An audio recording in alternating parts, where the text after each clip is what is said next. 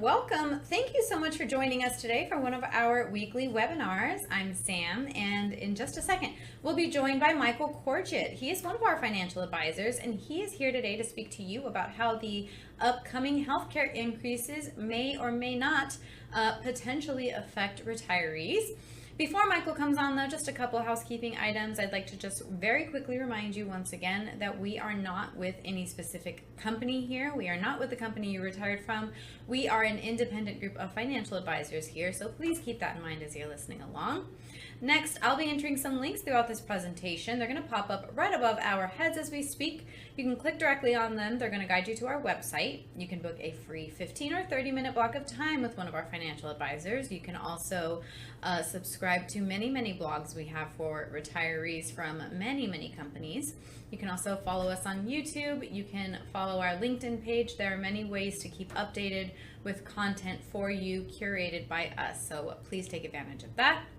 And without further ado, we're going to jump right into it with Michael Corgett. Thank you, Sam, and welcome everyone to today's presentation. Today we're going to talk mostly about Medicare and overviews of Part A, B, and Part D, discuss some of the options with healthcare overall, the significantly increasing costs that we're seeing nationwide. We'll do some comparisons with Medicare and Medicaid, just to give you an idea of the differences between the two. So let's just go ahead and dive right into today's presentation. Bottom line, the nation's healthcare costs are increasing at a significant rate. Medicare and Medicaid are significant portions of the entitlement portion of the federal budget, and they're doing nothing but going up. $8 trillion in total costs out of pocket for the country and us as individuals and our families could be that much by the year 2030. That's just huge. And it's only getting worse. Healthcare cost inflation is probably the worst inflation that we've experienced year after year for the last 20 or 30 years, honestly, and it's not changing.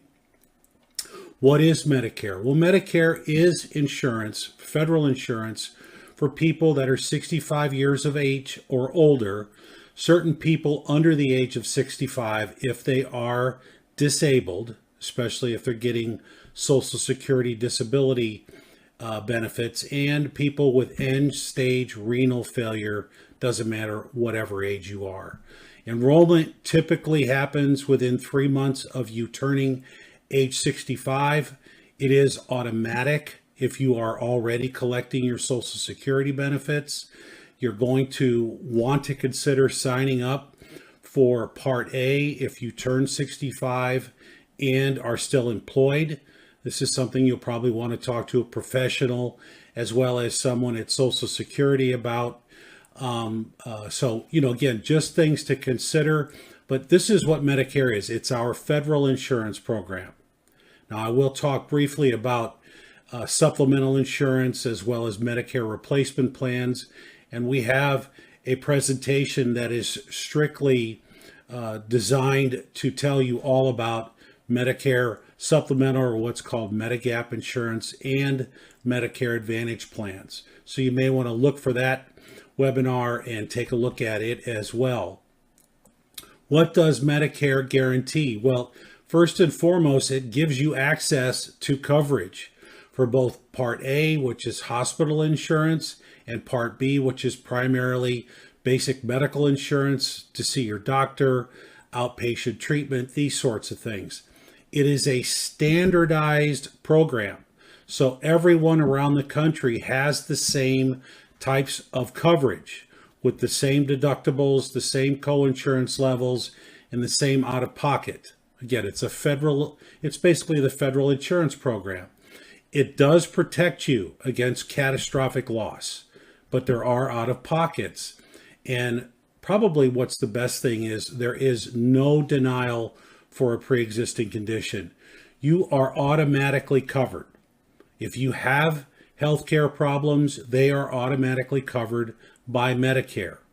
And those pre-existing conditions can be automatically covered by a Medicare supplemental and a Medicare Advantage plan, which those plans are designed to fill the gaps that Medicare does not cover. Those plans come at a cost too. There is a potential premium.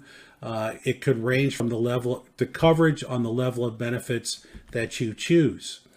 What does Medicare not cover? Well, it's not a full coverage plan, as I just mentioned.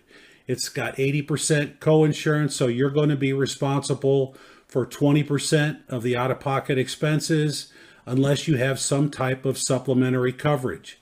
Long-term care, specifically custodial care of any kind, that is not covered by Medicare. Now, there is some long-term care benefits for those people who need rehabilitation after a hospital stay, but it is very limited, and there are out-of-pocket expenses there unless you have a supplemental or an advantage plan. Again, there is no cap. You've got that 20% out-of-pocket coinsurance, and you've got co-payments for prescription drug benefits. And it doesn't cover some of the non-essential benefits that you see listed here. Keep in mind, again, Medicare is a great benefit. It does come at a cost, but there are potential out-of-pockets that you can cover with supplemental programs that you can get. And we'll talk a little bit about that here momentarily. Again, Medicare's Part A and B. Part A is hospitalization coverage. Covers hospital stays, the skilled nursing that goes along after hospital stays, hospice coverage, home health care, and there is no premium for Part A. Now, Part B, that's basically doctor's coverage. Doctor's visits, doctor's co-pays, preventive services, outpatient care, these sorts of things. Things that are not done in the hospital. And there is a monthly premium for Part B. That monthly premium this year is $185 a month and would be deducted from your Social Security check if you are collecting Social Security. Otherwise, you will be billed and have to pay for it out of pocket. Part A does have some out-of-pocket costs, as you can see here. Let me get this adjusted. The inpatient hospital deductible is over $1,600 a year and is going up. There is hospital coinsurance after the 61st day, $408 a day. That's a day, okay? And it will go up next year as well. Hospital coinsurance, lifetime reserve days. Once you get past the 90th day, you're going to pay a significant daily out-of-pocket, and skilled nursing coverage, days 21 and beyond age 100, there is a daily co-payment as well. The first 20 days are covered by Medicare. Again, rehabilitation after a hospital stay, the first 20 days are covered by Medicare. After 20 days, it's going to cost you something out of pocket. And again, I can't stress this enough. You can offset these costs by considering either a Medigap plan or a Medicare Advantage plan. So, high income earners, there's an issue here too. For those of you that have been successful, if you as a couple earn a joint adjusted gross income of $212,000 a year, or half that as an individual, you might pay an additional Part B insurance premium. It's called an IRMA premium, an income-related monthly adjustment amount. A lot of words, but IRMA is on the minds of all high-income earners once they reach the age of 65. And your Part D premium, which is your prescription drug benefit, it can also go up. And here is a table that talks about these IRMA increases. Again, $106,000 a year adjusted gross income as an individual, $212,000 for a family. Your Part B premium is $185 a month, and your Part D premium, there is no cost, but you may have a plan premium for your supplemental coverage. Above that, as you can see, there are steps, and they go up. 212 to 266, the premium goes from 185 to 259, and so on. The maximum cost for someone whose income exceeds $500,000 or above, and there are people like that out there, they're going to pay a significant monthly premium. So these are things to consider, as well as when you're planning in retirement, how much income am I going to take from my savings, my IRAs, my Roth IRAs? Do I want to do Roth conversions? These are all things that you need to keep in mind, because you don't want to, if you can avoid it, you don't want to bump your premiums up and have that IRMA cost. You just don't want to have that happen to you. Here's an example of Bob, who is retired, and his younger wife, Jane. What are they going to do? And their income is $212,000. So Bob is not going to pay any IRMA premium, but he gets Part A for free. He's going to pay his Part B premium, which this year is $185 a month. And then Bob is signed up for a Medicare supplemental plan, which you see here is a Part G, which is a good plan. Depending on where you live, it might cost more or less than that. And he's signed up for a Part D insurance premium as well. Jane, on the other hand, is 62. She's not employed. She's going to go to the healthcare exchange, or what's been affectionately known as Obamacare, and sign up for a silver plan. Now, they're gold tiers: gold, silver, and bronze, so on and so forth. But that plan is not cheap. It's going to cost Jane $1,200 a month. So Jane's going to look forward to getting older and turning 65, or potentially going to work somewhere where she can get health care coverage for a substantially reduced out-of-pocket cost. But this is a lot of money, $1,500 a month. That's like a house payment. Health care can and will be expensive in retirement.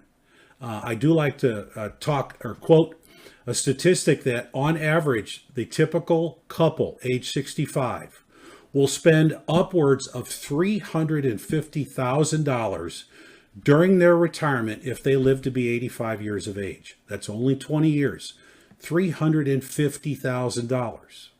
So let's talk about Medigap and Medicare Advantage plans. Medigap is an insurance policy that you buy that supplements the out-of-pocket costs that Medicare does not cover. There are monthly premiums for all these plans. There are great plans, there's good plans, there's average plans, and there's very basic plans. And what they cover is the difference. The great plans cover many of all these deductibles and these out-of-pockets, but you're going to spend probably $150, $200, $250 a month in addition to your Part B premium for that supplemental insurance coverage, just so you don't have to pay any of the out-of-pocket expenses that you have with Medicare. Medicare Advantage is known as a Medicare replacement. The Medicare Advantage insurance carrier becomes your Medicare. Keep in mind, you no longer have the federally insured Medicare plan. Your Medicare is now with insurance company like Anthem, Blue Cross and Blue Shield, or United Healthcare, Cigna, just to name a few.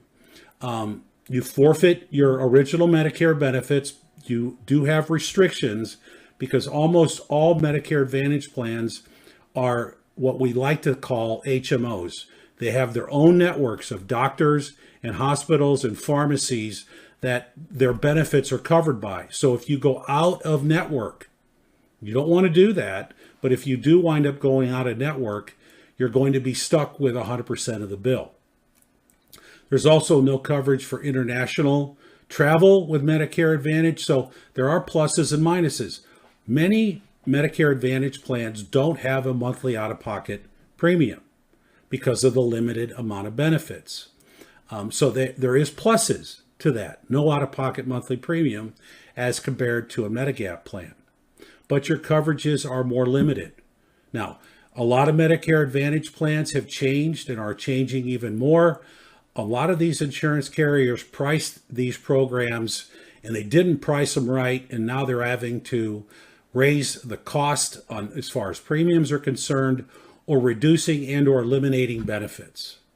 Something to consider every year. You're going to be prompted to look at this. You've all seen the commercials on television. Typically, the last quarter of the year is when you want to review all these benefits. That's not that way for everyone, but it's just something that you get to look forward to. Whoopee, right? How much is health insurance across the country? Well, it is significantly different.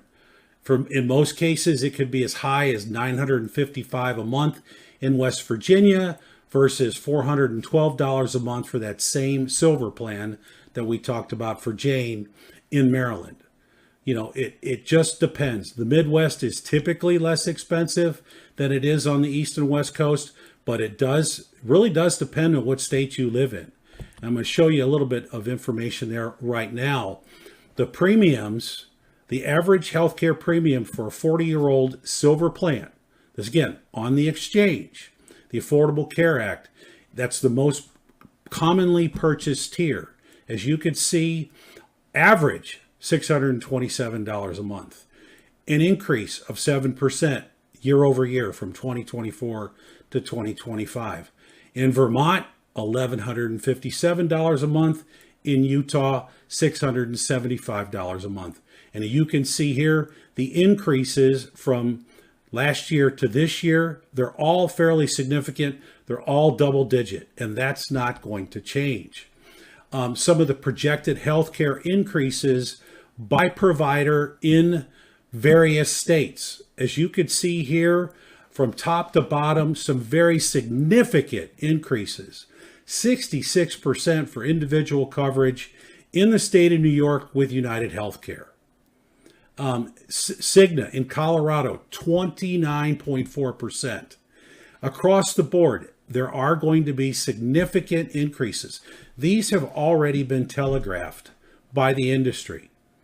A lot of these carriers are spending a lot more money on benefits than they're taking in on premium, and they're trying to balance the books, and they're going to do it, and we're all going to wind up paying for it.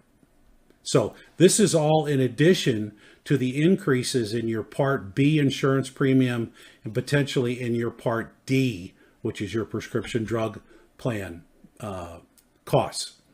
The top 10 projected 2026 healthcare increases by state. We've already talked a little bit about this. New York, 66%, Arkansas, 36%, Washington State, 21%, and so on. Texas, 21%. Illinois, right next door to Missouri, where I live, 27%. All double digit, all significant, and this is going to happen. So you've got to prepare for it. You have to plan for it. Some of the strategies to prepare for these higher costs. Schedule elective treatments before your deductibles reset. In other words, try and get things done in the fourth quarter, especially if you've already met your deductible. Stay in network, use outpatient facilities if you can. In other words, if you have to have some kind of surgery, don't have it done in a hospital. Have it done in an outpatient surgical center because it is a lot less expensive. Switch to generic prescription drugs and away from brand name drugs if you can. Generic drugs are significantly less expensive than the ones you see advertised on television. Max out your health savings account while you're working. I'm a huge fan of HSAs. You get a tax deduction right up front for those contributions. And if you use those dollars to pay health insurance premiums or out-of-pocket expenses, it is tax-free. You don't pay taxes on any of the growth within these plans. I call them healthcare IRAs. And funding an HSA during your working time frame could help you offset that potential $350,000 out-of-pocket that you and your spouse may wind up incurring over the next 20 years. Certainly won't cover it all, but it'll certainly help to cover some of it. And then let's talk about Medicaid. Medicaid is a joint federal and state health insurance program. It's primarily administered by state governments. It helps to pay healthcare costs for people who just don't have the money who are on limited income, poverty level individuals, and or they just don't have the income that covers their out-of-pocket expenses. Some people do qualify for both Medicaid and Medicare. Medicaid has been in the news a lot lately. You heard a lot about Medicaid. and all of the illegal aliens that were being covered by Medicaid, non-U.S. citizens. There were cuts made to prevent that. Those cuts, I can't tell you where they cut and how deep they cut, but just so you know, there are coverage for those individuals who just don't have the income or the resources for health insurance. So it's just good to know that the comparison between Medicare and Medicaid, well, Medicare, it's a national program consistent across the country. It's administered by the federal government, whereas Medicaid is administered at the state level. It's health insurance for people over the age of 65. Medicaid is for health insurance for everyone who just don't have the means to pay for health insurance. Okay, so just some of the basic differences between Medicare and Medicaid. You know, the big picture, costs are increasing. The Part B premium is going to go from $185 to $206.50 next year. The Part B deductible is going to go up. Part D premiums are going to go up. Out-of-pocket drug costs are going to go up. So everything is going to go up, and you need to plan for that. Healthcare inflation continues to outpace Social Security. I think it's even more than 2.7%.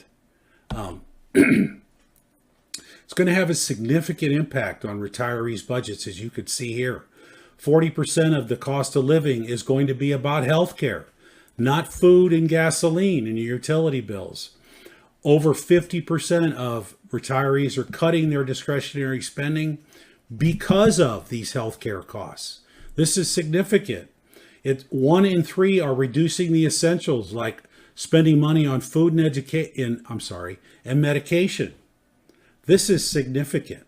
As you can see, the premiums between an average Part B premium or the Part B premium in average medical insurance via a Medicare supplemental plan could be $350 to $450 a month. And these are premiums. These do help pay for the costs, but you still have to pay the premiums. So it's all something to consider. I've said an awful lot about Medicare, a little bit about Medicaid. Just want to educate folks on your federal insurance and when you're eligible for it. I'd look forward to talking with anyone about these things. You know, we here at the Retirement Group are a team of experts with a lot of years of experience. We've got offices nationwide. I am here in the Midwest in Missouri, but I've got clients all over the country. We're very knowledgeable on a lot of Fortune 500 companies' benefit programs. And ask us about our complimentary retirement cash flow. We'd be happy to put it together. Doing planning prior to retirement, whether you do it 5 years or 10 years, get started the sooner you can. Because the sooner you start planning, the better off you're going to be when you retire. You could schedule a meeting with myself by scanning this QR code here on the left. You could certainly give us a call or send us an email at the email address and the phone number listed here. I'd strongly recommend that you scan the QR code on the right and follow our LinkedIn page, where we keep a lot of great information and are constantly updating it with new information. I'd really strongly recommend taking advantage of some of the complimentary services that we offer, much like these webinars. We're here to educate individuals like yourself. We look forward to the opportunity to talk with you about your individual specific situation. And with that, I'm going to go ahead and hand the meeting back off to Sam. I appreciate your time. Thank you and have a great day.